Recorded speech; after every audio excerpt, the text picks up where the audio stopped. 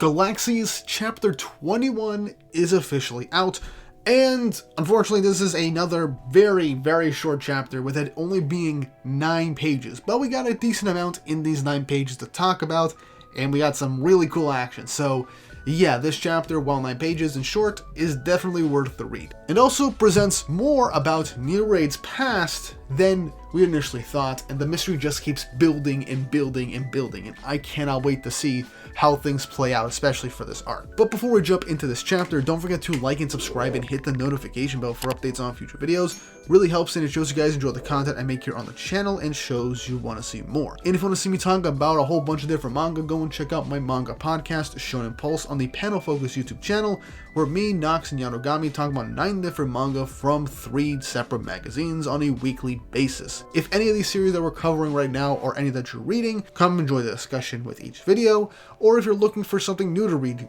skim our discussions and see which one catches your eye, and maybe you'll find a brand new favorite. Links to that channel will be in the description and a title card up above. And if you want to see me talk about American comic books, go and check out my second channel, GW Comics, where I talk about primarily Marvel and DC for now. Right now I'm covering Ultimate Marvel comics, but I also have a bigger video for Absolute Batman in the works right now. So look forward to that. It was a lot of fun, and I can't wait for you guys to check it out. This channel is more of a passion project of mine, so I'd appreciate if you guys would stop by and check things out. Link will also be in the title card and in the description down below.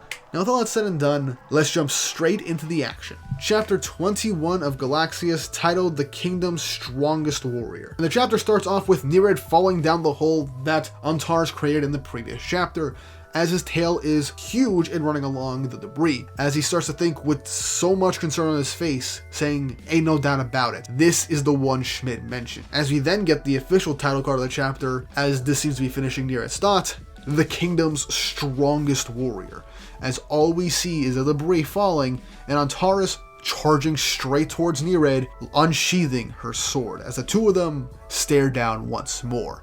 And this double page spread is so goddamn cool.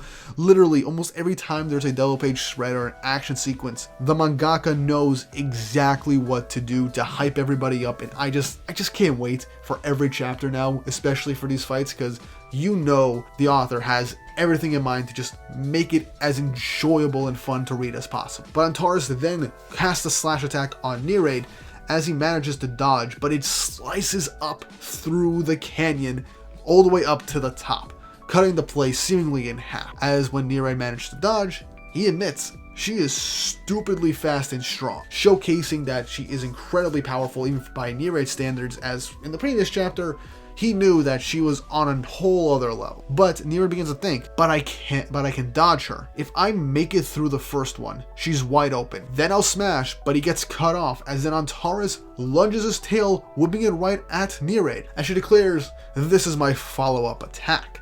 As Neraid is shocked to see her tail, and he is then hit clear into the ground, but he manages to catch himself standing back up. But the instant he gets up from catching his fall, in a split second, a slash is coming straight at him from Antares' blade, as he's then pierced far into the ground by her once more, as she's actually impressed that he stopped her, as Neraid has stopped her blade with his bare hands, as Antares is telling him that he is tough. A normal person would have lost their fingers the moment they gripped this blade. No wonder Yerkes was no match for you, as Neraid is just overwhelmed by her power right now, as he's just seemingly using all of his strength just to keep her sword in place. But Neraid ends up asking again the important question: why are they after Geo? She doesn't know anything about the king-killing event, and she knows absolutely nothing about what's going on. She had nothing to do with it. But Antares goes on to explain why they're truly after Geo, saying that the Dragon King is the symbol of this kingdom. He is basically the state itself. The head of a mere adventurer is not clear compensation for that loss.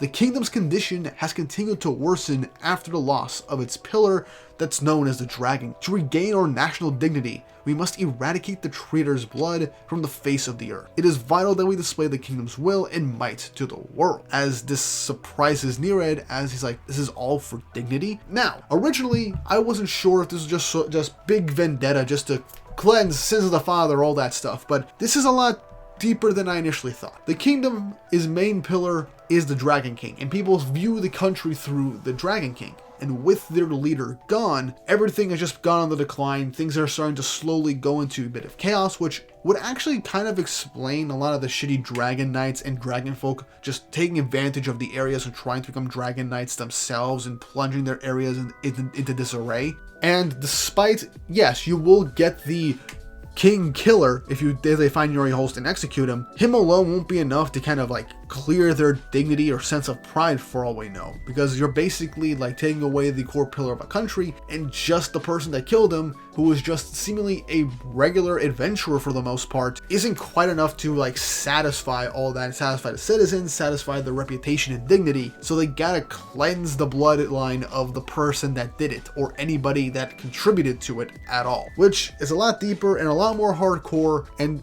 honestly, some stories do go with this, and it makes sense for the most part. They're being made an example of that if you go against the kingdom in this way, especially considering that you killed a literal figurehead and leader of the country, you and your bloodline, family, whatever, are gone. We will eradicate you from this planet, which, so yeah, that's dark and pretty extreme. But moving back towards the chapter, Antares calls out to Yerkes, telling him to go capture Yuri Holst, as she gives her permission. As Yerkes says with glee, yes ma'am. But Neriad tries to get him to stay still, as he said, I told you to stay still. But Antares, staring down at him, says, it's no use. In this moment, your words lack efficiency. I mean, he's underneath her blade and pinning him down, so Yerkes, at this instance, isn't scared of him anymore, and so he's free to do whatever he wants. But Yerkes kind of gets full of himself in the situation, saying, oh, this feels good.